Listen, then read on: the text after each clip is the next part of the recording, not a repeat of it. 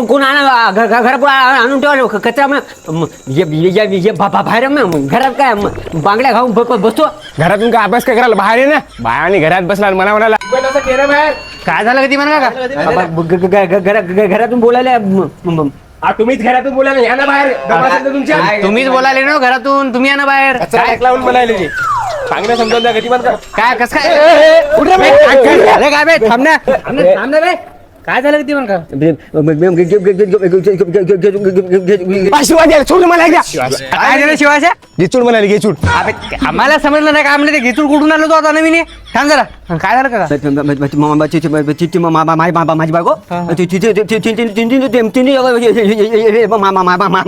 माझ्या पाय बुटे करायला अशाशी चांगले समजा काका लसीकरण कोणतं घेतलं